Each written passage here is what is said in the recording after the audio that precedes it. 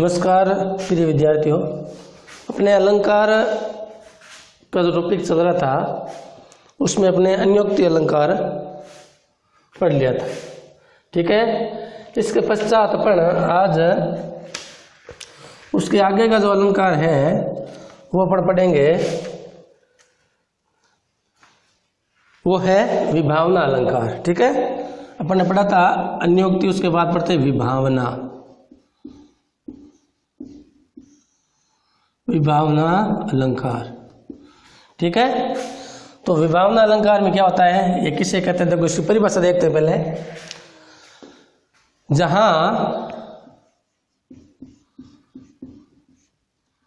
कारण न होने पर, जहां कारण न होने पर भी कार्य जहां कारण न होने पर भी कार्य हो जावे,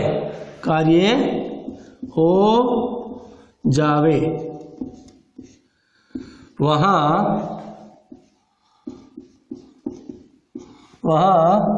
विभावना, वहां क्या होता है, विभावना अलंकार होता है। विभावना अलंकार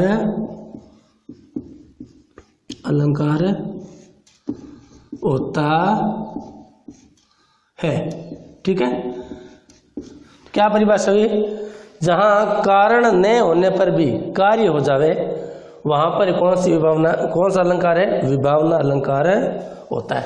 अब इसका उदाहरण देखते, देखो उदाहरण, या जैसे उदाहरण देखो, उदाहरण में अपन देखते हैं इसका उदाहरण, बिनु पद चले, बिनु पद चले। ठीक है, बिनु पद चले। फिर आगे देखो इसमें क्या है, सुने बिनु काना, सुने बिनु काना। ठीक है, बिनु पद चले, सुने बिनु काना, कर बिनु करे, कर बिनु करे,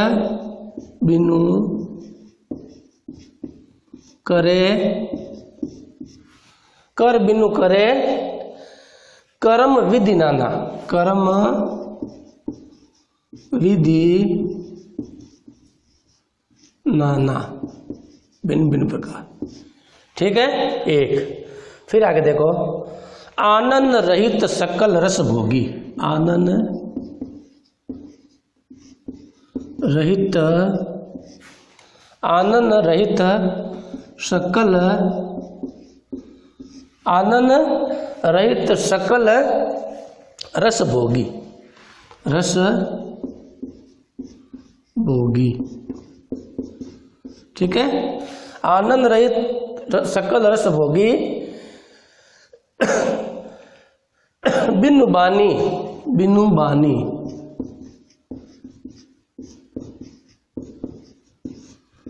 बिनु बानी, वक्ता बड़ जोगी, वक्ता बड़ जोगी, बिना पैर के चलना, बिना कान के सुनना, कार्य हाथ के बिना काम करना, आनंद बिना मुख के समस्त रस का भोग करना, और बिना बोलने वाणी का बहुत महान वक्ता हो जाना, ये इसका अर्थ है। तो देखो इसमें अपन इसका अर्थ लिखते हैं, यहाँ पर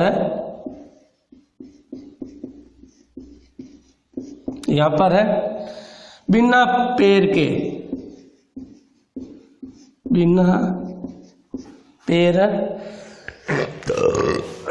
पैर के चलना, एक। बिनु पद चले, बिना कान के सुनना, ठीक है, बिना कान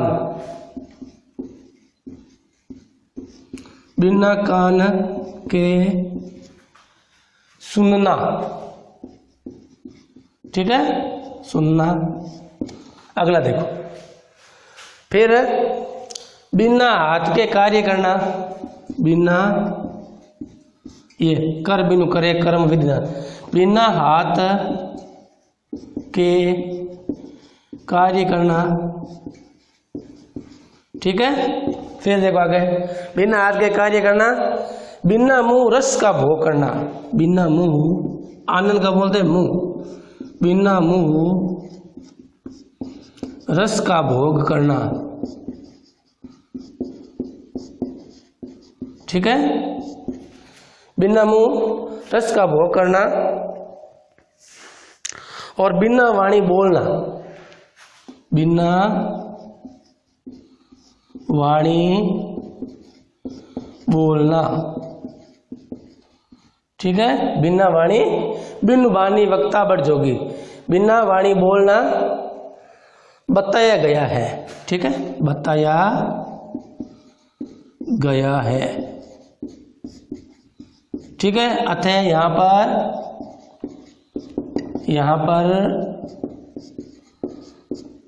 पर विभावना अलंकार है, विभावना अलंकार है,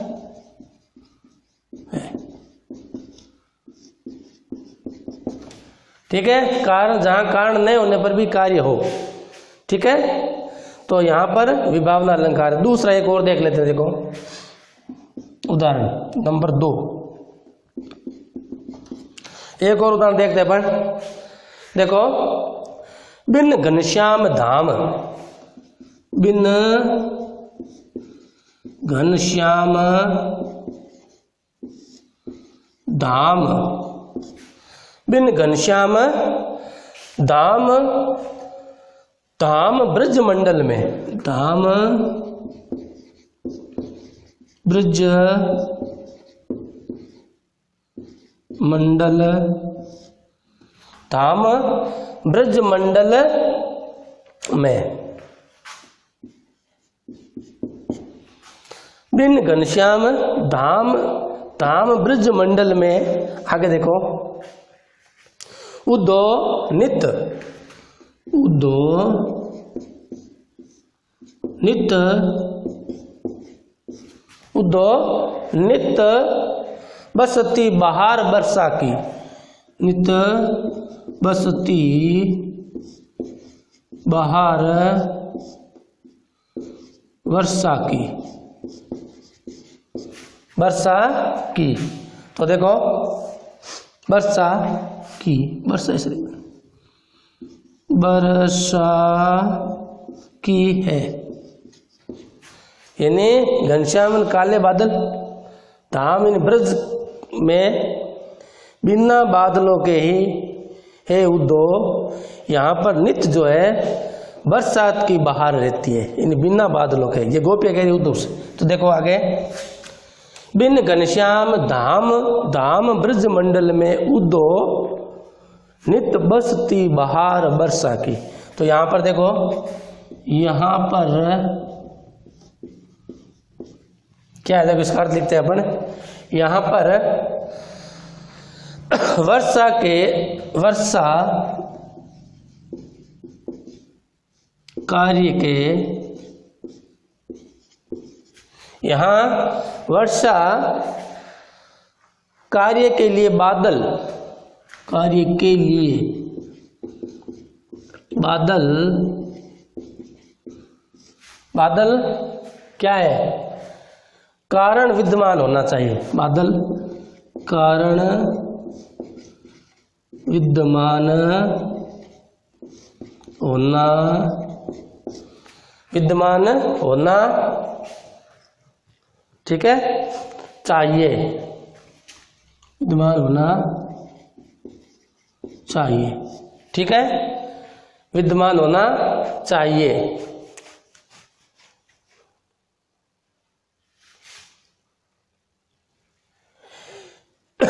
लेकिन चाहिए, यहाँ कहा गया है, यहाँ कहा गया है कि श्याम घन, श्याम मन काले और घन मन बादल, श्याम घन के ने होने पर बिन घनश्याम, ध्यान रखना, बिना बादलों के, बिना काले बादलों के, कि यहाँ श्याम घन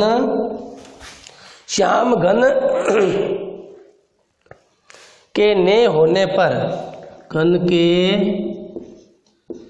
ने होने पर आगे क्या लिखा हुआ है देखो, होने पर भी वर्षा की बहार रहती है। बिना कारण कार्य हो रहा, देखो, बिन घनश्याम, बिना काले बादलों के, धामनि जगे ब्रज मंडल, ब्रज में उदो नित्यमन हमेशा वर्षा की बहार रहती है, बसती बहार वर्षा की। ठीक है, तो यहाँ पर क्या है, कारण नहीं होने पर भी कार्य हो रहा है। अतः कौन सा लिखो, बाहर रहती है, अतः विभावना अलंकार है, अलंकार है। ठीक है, ये हो गया कौन सा अलंकार, विभावना अलंकार। विभावना अलंकार के दो मैंने उदाहरण, और दोनों उदाहरण को हिंदी सहित समझा के आपको समझा दिया। अब अपना अगला जो अलंकार है वो अलंकार देखते हैं अपना अगला कौन सा अलंकार है। अगला अलंकार है समासोक्ति अलंकार। देखो,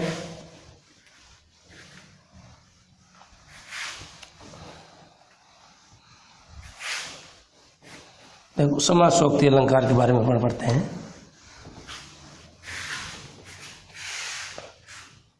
अगला जो अलंकार है वह समासोक्ति, समासोक्ति।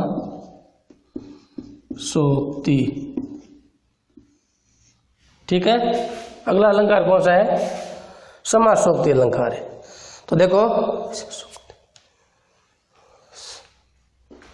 सोक्ति अलंकार,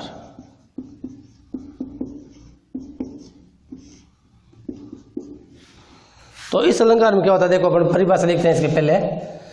जहां प्रस्तुत अर्थ से, जहां वही प्रस्तुत जो अपने पढ़ा था नियुक्ति में, जहां प्रस्तुत अर्थ से, जहां प्रस्तुत अर्थ से अप्रस्तुत अर्थ निकाला जाता है, प्रस्तुत अर्थ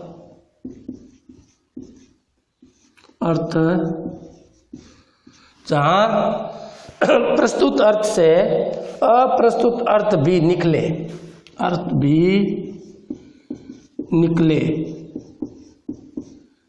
निकले, वहां कौन सा अलंकार है, वहां समासोक्ति अलंकार है, वहां समासोक्ति अलंकार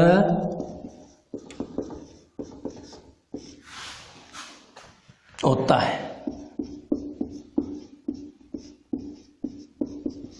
ठीक है, तो समासोक्ति अलंकार क्या है, जहां प्रस्तुत अर्थ से अप्रस्तुत अर्थ भी निकलता है, वहां समासोक्ति अलंकार होता है। अब आगे देखो, इसमें एक मुख्य अर्थ, इसमें एक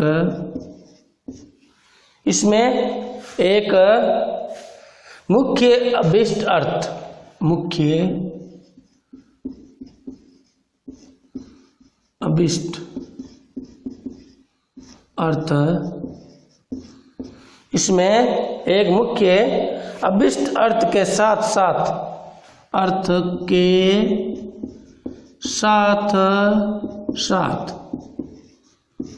मुख्य अभिष्ट अर्थ के साथ अप्रस्तुत अर्थ भी निकलता है, अप्रस्तुत अर्थ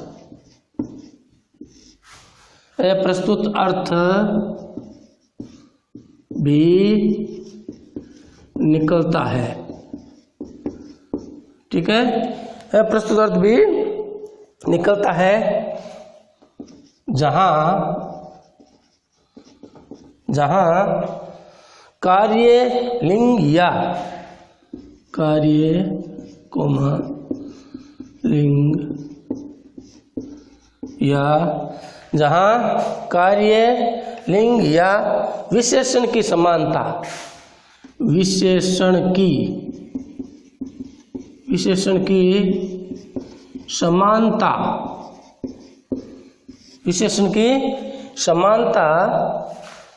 के कारण प्रस्तुत से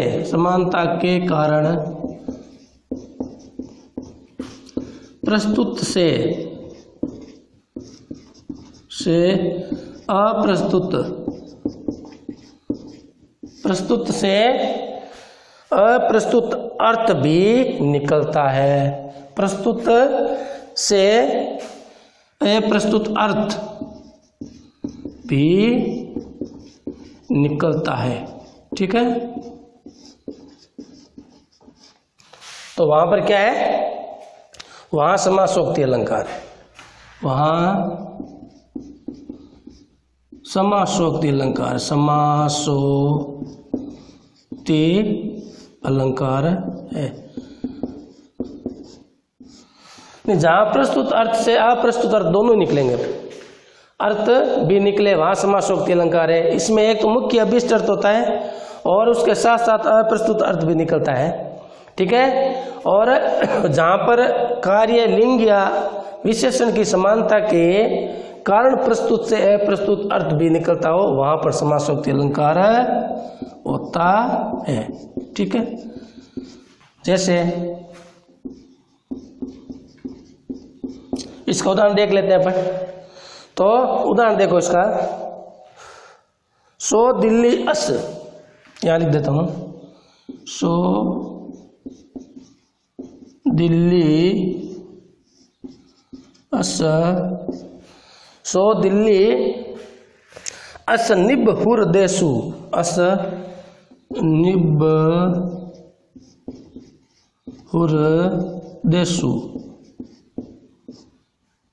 देसु। ठीक है, फिर आगे देखो, निबहुर देसु, कोई ने बहुरा, कोई ने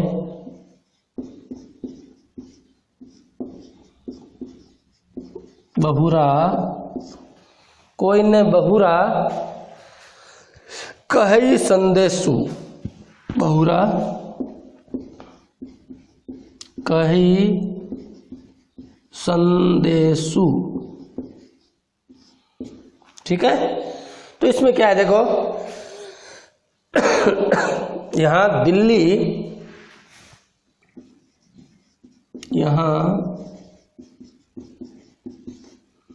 दिल्ली जो है सामने लिख रहा प्रस्तुत अर्थ है, जहां यहां पर दिल्ली के प्रस्तुत अर्थ, दिल्ली, यहां दिल्ली के प्रस्तुत अंश, क्योंकि दिखती सामने प्रस्तुत, यहां दिल्ली के प्रस्तुत अर्थ के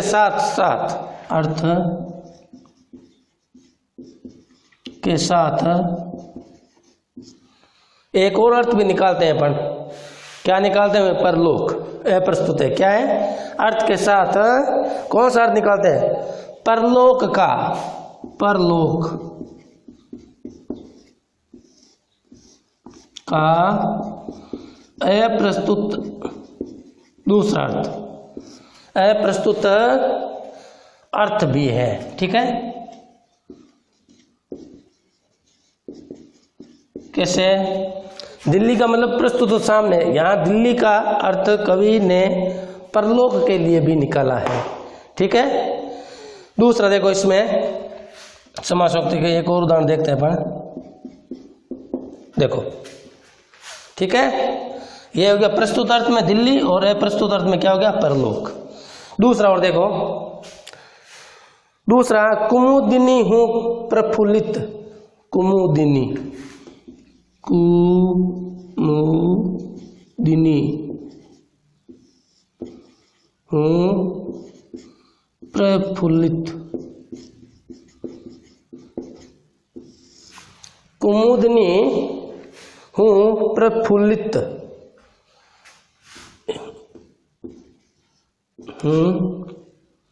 प्रफुल्लित। आगे देखो, भाई सांझ, भाई सांझ प्रफुल्लित। कुमुदनी हूँ प्रफुल्लित, भाई सांझ कला निधि जोड़। कला निधि, कला निधि जोड़। कला निधि जोड़। ठीक है। तो आगे देखो, इसमें यहां प्रस्तुत अर्थ देखो, यहां प्रस्तुत जो सामने दिख रहा प्रस्तुत अर्थ क्या है, देखो यहां पर प्रस्तुत अर्थ संध्या के समय, संध्या शाम के समय, संध्या के समय, संध्या के समय क्या होता है, देखो चंद्रमा को देखकर, चंद्रमा को देखकर, संध्या कलानिधि चंद्रमा को देखकर संध्या के समय, प्रस्तुत अर्थ में देखो तो सामने है, प्रस्तुत अर्थ में संध्या के समय चंद्रमा को देखकर क्या होता है, कुमुदनी खिल उठी। कुमुदनी, कुमुदिनी खिल उठी, यह है इसका प्रस्तुत अर्थ। ठीक है। अब अप्रस्तुत अर्थ देखते हैं। इसमें देखो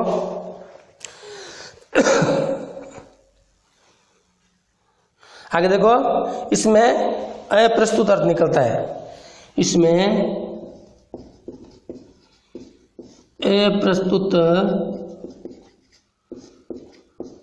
अर्थ निकलता है। देखो क्या निकलता है, अप्रस्तुत अर्थ निकलता है कि संध्या के समय, संध्या के समय, संध्या शाम के समय, संध्या के समय कलाओं के निधि, कलाओं के निधि खजाना, कलाओं के निधि प्रियतम को देखकर, प्रियतम को देखकर, कलाओं के निधि प्रियतम को देखकर नायिका, नायिका प्रसन्न हो गई। क्या हो गई, कलाओं के निधि प्रियतम, कलाओं के निधि में सुंदरता को देखकर, प्रियतम की सुंदरता को देखकर नायिका क्या हो गई, नायिका प्रसन्न हुई, खुश हुई, प्रसन्न हुई। ये दूसरा अर्थ हो गया इसका। ठीक है। प्रस्तुत तो क्या हुआ सीधा कि चंद्रमा को देखकर कुमुदनी क्या होगी, खिल उठी, ये तो प्रस्तुत अर्थ हो गया। लेकिन अप्रस्तुत अर्थ क्या होता है कि संध्या के समय कलाओं के निधि प्रियतम को देखकर नायिका क्या हो गई, प्रसन्न हो गई। ये इसका दूसरा अर्थ, यानी अप्रस्तुत अर्थ। ठीक है। तो यह अप्रस्तुत जो सामने दिखता है प्रस्तुत तो वही है, अप्रस्तुत अर्थ जो इसमें से इस काव्य कविता को देखकर निकला जाता है। ठीक है। तो यह हो गया समासोक्ति अलंकार। तो समासोक्ति अलंकार की परिभाषा दोबारा देखो, जहां प्रस्तुत अर्थ से अप्रस्तुत अर्थ भी निकले। प्रस्तुत तो सामने जो कविता में दिखाई दे वो, अप्रस्तुत जो उसको जोड़कर अर्थ निकाला जाता है उसको बोलते हैं अप्रस्तुत। ठीक है। इससे एक मुख्य अभिष्ट अर्थ के साथ, मुख्य अभिष्ट तो ये है जो दिख रहा है वो मुख्य अर्थ, अभिष्ट अर्थ के साथ साथ अप्रस्तुत अर्थ भी निकलता है, जहाँ कार्य, लिंग या विशेषण की समानता के कारण प्रस्तुत से अप्रस्तुत अर्थ निकलता है, वहाँ पर समासोक्ति अलंकार होता है। ठीक है, ये हो गया अपना समासोक्ति अलंकार। इसके जो आगे वाले जो अलंकार अपने बचते हैं वो अपन कल के या अगले जो वीडियो में अपन समझेंगे। धन्यवाद, नमस्कार।